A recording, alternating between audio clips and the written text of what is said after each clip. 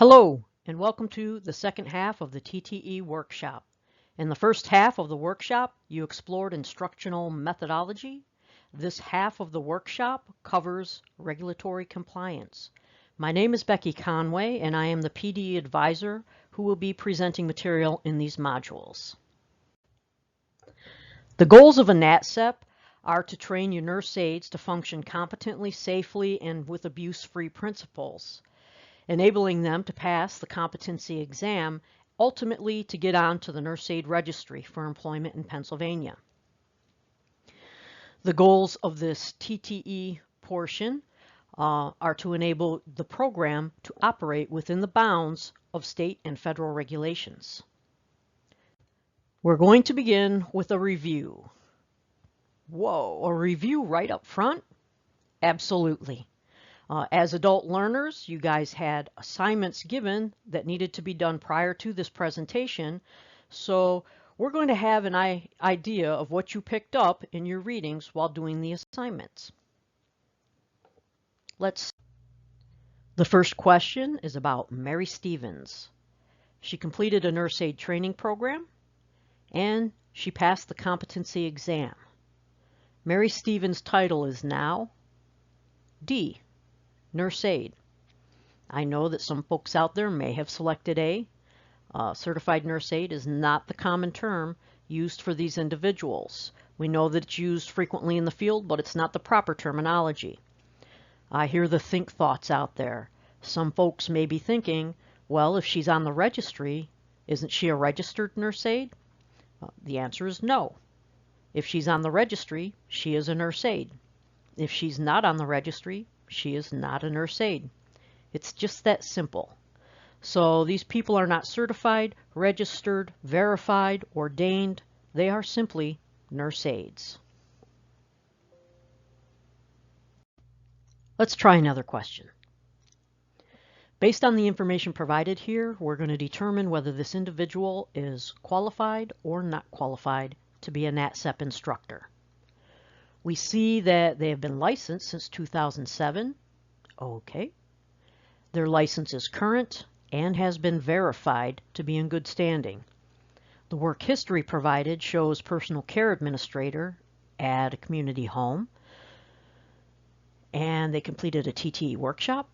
They have a CHRI that is in compliance with Act 13, and they have a current two-step MAN 2.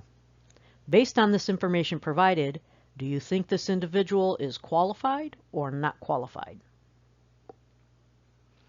The correct answer is B, not qualified.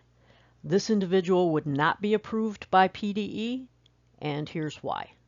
When we look at the work history, we are looking specifically for experience in long-term care. Personal care homes and assisted living facilities do not meet this qualification.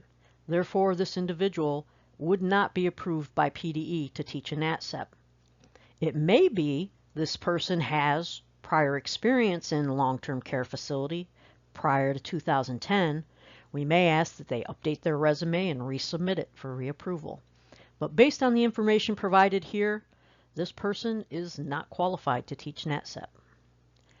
How are you guys feeling about these review questions? Pretty confident? Let's try another one. True or false? A director of nursing can also be the program coordinator of a nurse aid training program. The answer to this is true. They can be a program coordinator.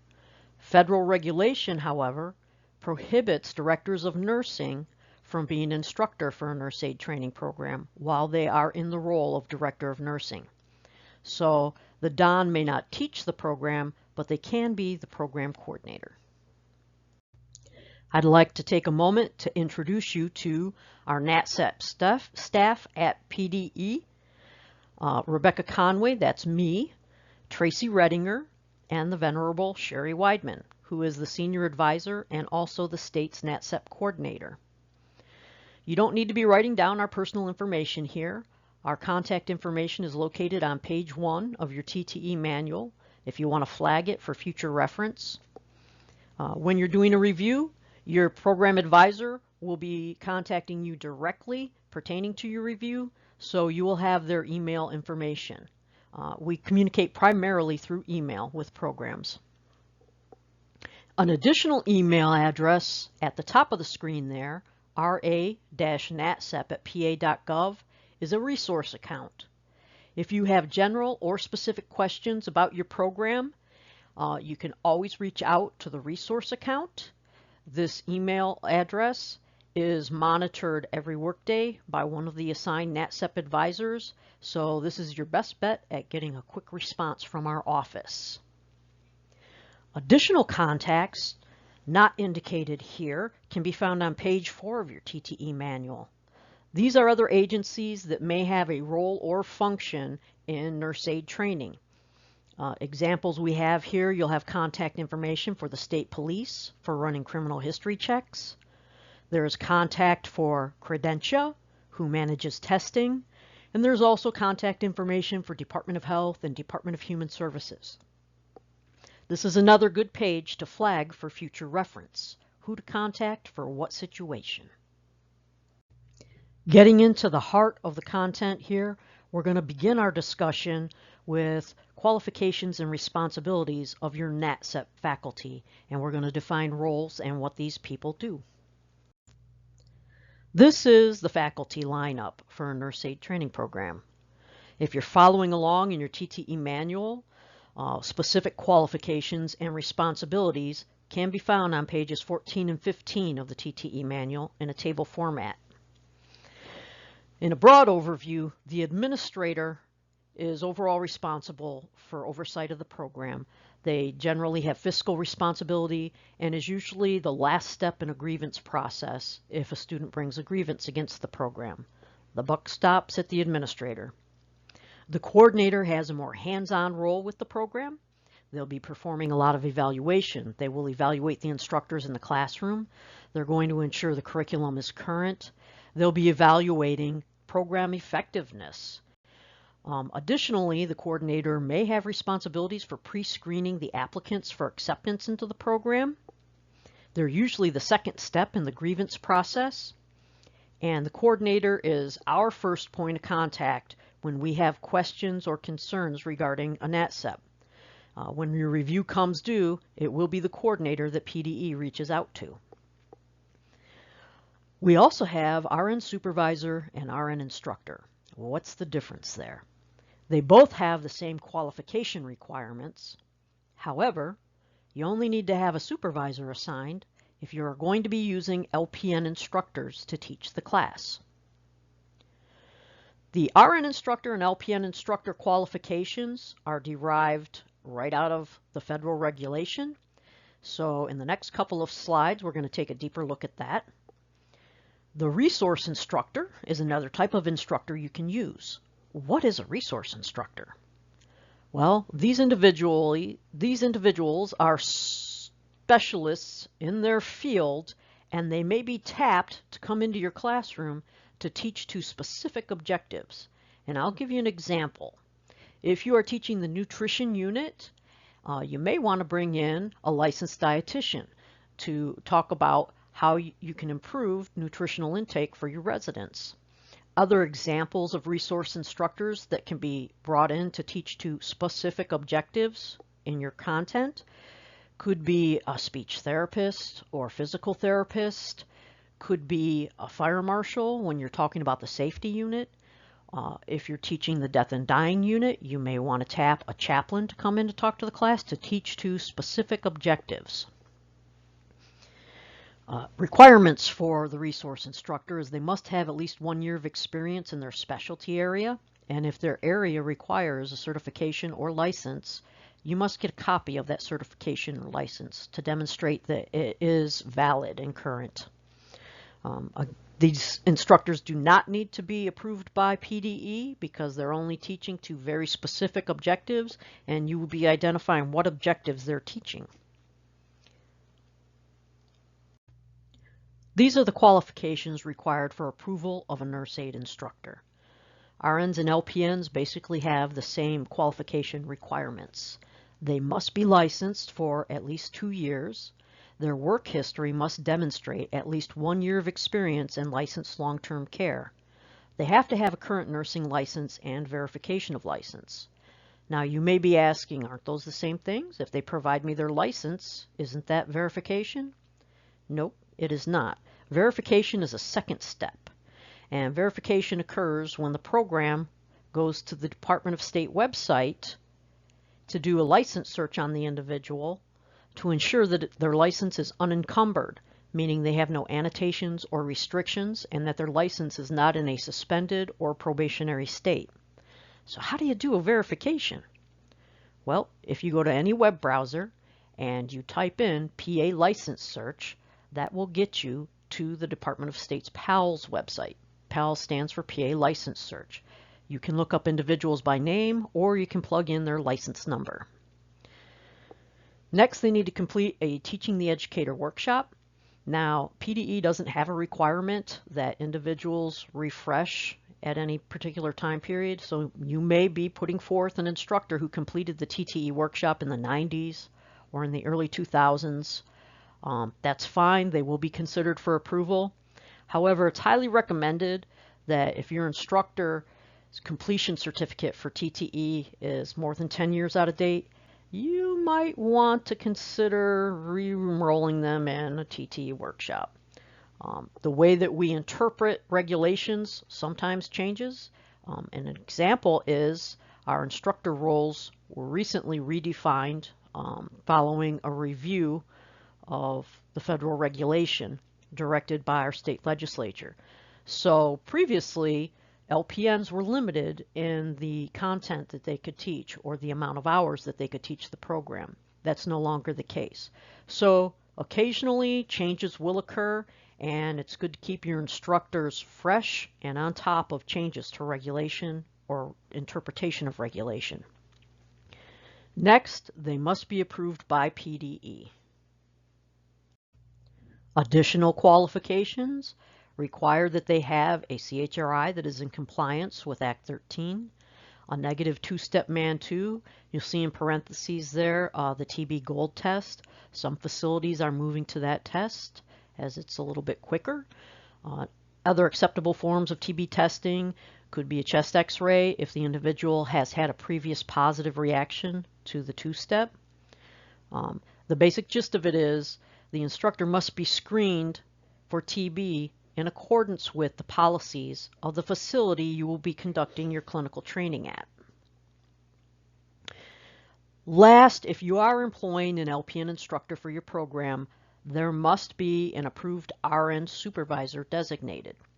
Now, the approved supervisor means they must be approved before the LPN instructor will be considered for approval. So you have to designate a supervisor prior to submitting your LPN instructor. Some of the additional responsibilities for that RN supervisor. What is their role here? They're going to need to sign certain documents verifying that the instructor, LPN instructor, taught and demonstrated all the competencies necessary. For example, the performance checklist.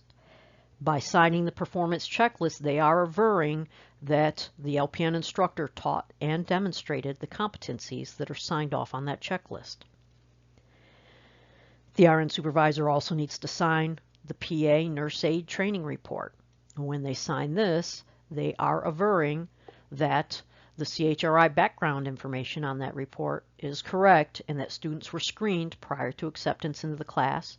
They are also averring the completion status of those individual students, whether they completed, were dismissed, or withdrew. So the RN supervisor will also be signing the PA nurse aid training report.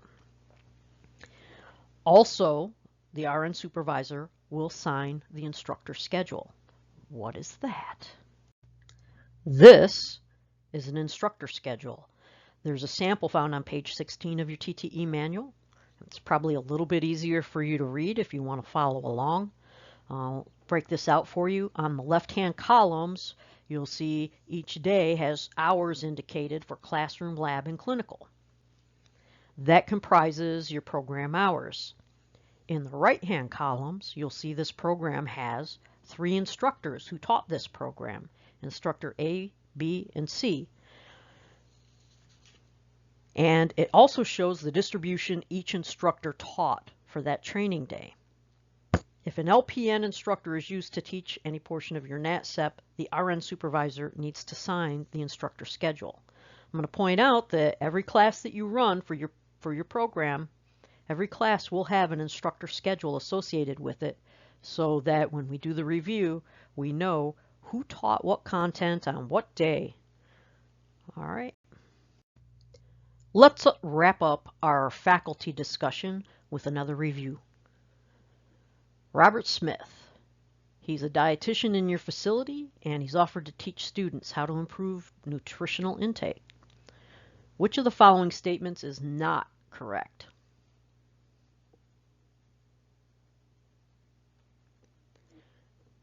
The answer is B. You do not need to submit a report of change for this instructor, as PDE does not need to approve your resource instructors. You will need to provide them with a time frame to teach and specific objectives you want them to teach to within their specialty. You'll need to have a copy of their license or certification, and you'll also need to know how long they have in their specialty field work experience. Moving on from the faculty, we are now going to discuss 2 laws and regulations that govern the nurse aid training program, specifically the federal regulation OBRA and PA Act 14. OBRA is shorthand for Omnibus Budget Reconciliation Act, and this is the federal regulation that governs nursing facilities and also nurse aid training. OBRA sets forth the following requirements related to nurse aid training. OBRA establishes those qualifications for nurse aid instructors. Sometimes when an instructor is not approved by PDE, we'll get a phone call from the facility saying, "Come on, can't you make an exception?" Nope, we can't. If that individual doesn't meet the requirements as set forth in the federal regulation, as a state agency, PDE cannot overturn the federal regulation, waive federal regulation, or make exceptions for the federal regulation. So regardless of how awesome this nurse may be, if she doesn't meet those specific requirements of OBRA, I'm sorry, they can't be approved, and I'm sorry, we cannot make exceptions. Next, let's talk about approval of NATCEPs. OBRA defines what is required for the approval of NATCEPs, and they give states authority for approval. PDE is the approval authority in Pennsylvania for a NATCEP. Interestingly, the federal regulation prohibits states from approving a program for more than a 2-year period. Well, what does this mean for you? This means every 2 years, PDE is going to knock on your door for a compliance review. You must have run at least 1 class in a 2-year period for you to be considered for additional approval. So if you haven't run a class in a 2-year period with your approved NATCEP, you may be asked to inactivate. So that's by federal regulation. We can only approve you for 2 years, and you must run 1 class within that 2-year period. OBRA sets forth what curriculum content must be taught for your nurse aides. They also establish a minimum number of program hours for that content. State law, PA Act 14, provides additional requirements for nurse aid training programs, specifically related to resident abuse prevention. This is the law that directs criminal history background checks be done on your nurse aid trainees. In addition to that, it also directs specific content that must be covered in your training programs. At this time, I'm going to ask you to pull out your TTE manuals, and we're going to flip to page 26. This is the curriculum content, and I know you guys have seen this before when you were doing your prerequisite assignments, but I wanted to point out a few things here in the curriculum content. You'll notice that several of the objectives have an asterisk next to them. The asterisk identifies those objectives that were added related to PA Act 14. Now, you'll see that in Unit 1.1 there are quite a few objectives that are starred, and if you look at Unit 1.5 there are also more objectives that are starred, but if you flip through the entire curriculum content, you'll see that most units will have some objective that has a star next to it. What that means is you must be revisiting this material throughout your course. A lot of times, prevention of resident abuse is taught right in the first day or two of class, but it's not revisited or reinforced later during the units that involve provision of care. We're going to be looking for this in your lesson plans when we do a program review on you guys to make sure that this material is being revisited, reinforced throughout your whole training program. Okay. Another thing I wanted to point out about this curriculum content identified here on page 26, this is the state-approved curriculum, and this contains the minimum objectives that must be taught in your nurse aid training program.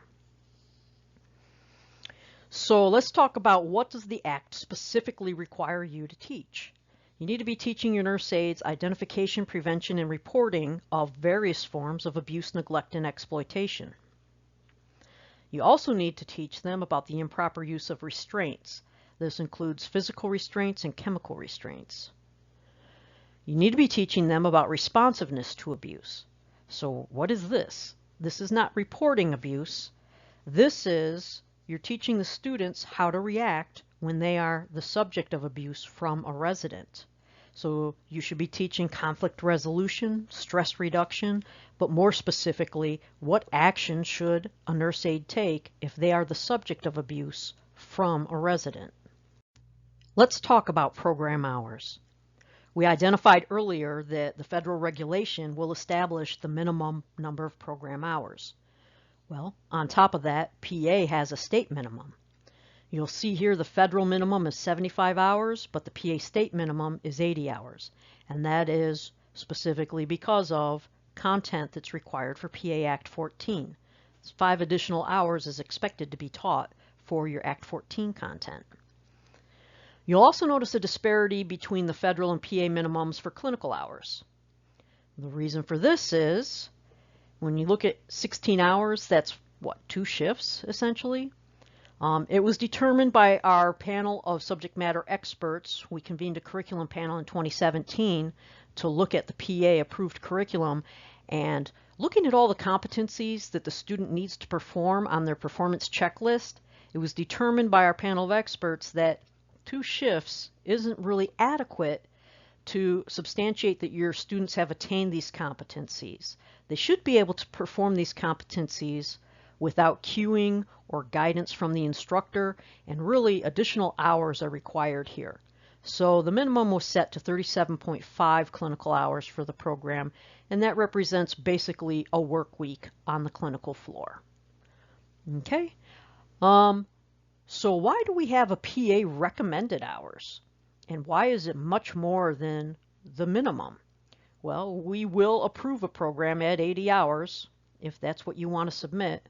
However, the reason we have a recommended hours is because our panel also had a look at nurse aid training programs across the country. We looked at nurse aid training programs in our neighboring states. And by way of example, New York requires 100 hours of nurse aid training to get onto their registry. New Jersey requires 90 hours of training. 40 of that has to be clinical before they will place somebody on their registry from out of state. So really this recommendation is to benefit your students. If your students are certified or have completed training and past competency in Pennsylvania and are on Pennsylvania's registry, if they move out of state, by having completed X number of hours, they have a better chance of getting on another state's registry. So that's why we have an additional recommendation there that you beef up the program and add additional training hours. OBRA also requires 16 hours of training in specific content areas. Those content areas are identified here, and we've created a nifty mnemonic to help you remember them. CRISP. They are communication, residents' rights, infection control, safety and emergency, and promoting residents' independence. CRISP.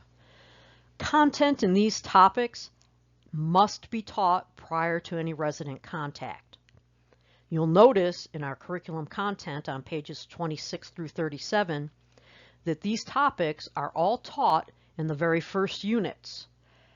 They are front-loaded because they are considered foundational training. All of the training that follows will have a basis in and require the students have an understanding in communication, infection control, safety, rights, etc., prior to providing resident care, personal care, restorative care, nutrition. These are all foundational, so they are taught up front in the curriculum content. And we highly recommend that you leave this content up front, as it is a basis for all of the units that follow. What other content areas does OBRA require? Well, you'll see them listed here. These will align with our content in the PA-approved curriculum. You'll notice, flipping through the pages 26 through 37, that all of these units are covered. Now, what if you want to change around the order in which some of these topics are taught? That's fine. Maybe you want to teach behavioral health and social needs before you introduce personal care skills. That's fine. You can shift that around in your program calendar. Maybe you want to save caring for the resident when death is imminent. Maybe you want to save that for the last topic. So that's fine. Just move that to the end. These topics can be shuffled around. The only requirement that we ask is that you leave the CRISP content front-loaded as the foundation. Okay. Now that we have some familiarity with the content areas that need to be covered, let's talk about the distribution of hours across those content areas. If you're following along in your manual, page 38 has a table similar to this that shows distribution of hours for an 80-hour program and a 120-hour program. This distribution of hours was developed by our curriculum panel, and it is optimized based on the learning objectives that must be met. You'll notice that quite a bit of time is spent in the introduction. That is pretty much makes sense because that's the foundational learning, right?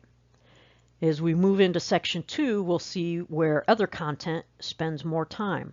Personal care has the most hours spent on personal care, which makes sense because this is what your nurse aides are going to be doing in the clinical setting, is providing that direct resident care and assisting residents with their ADLs. So it makes sense to spend a lot of time in that unit.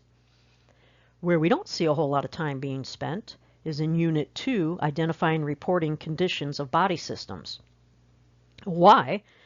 I've had programs submit program calendars that have upwards of 8 hours or 10 hours in this unit. It's not necessary, guys, for nurse aides. It doesn't need to be a full-blown med-surg nursing class. They don't need anatomy and physiology and differentiation of disease progressions. They will not be developing care plans.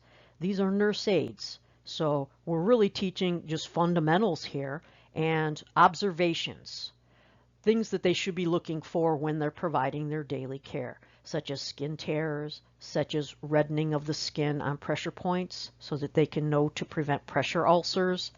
Basic observational here. So this is a recommended distribution of hours. It is a guidepost, not a hitching post. We don't require that you have X number of hours in any particular unit. But this is, if you're building your curriculum from the ground up, this is a good starting point to help you distribute those hours across the content areas. Now that we've discussed faculty and program content and hours related to the regulation state law, the next module we're going to get into is your curriculum elements, what comprises your curriculum. I will see you guys on the other side.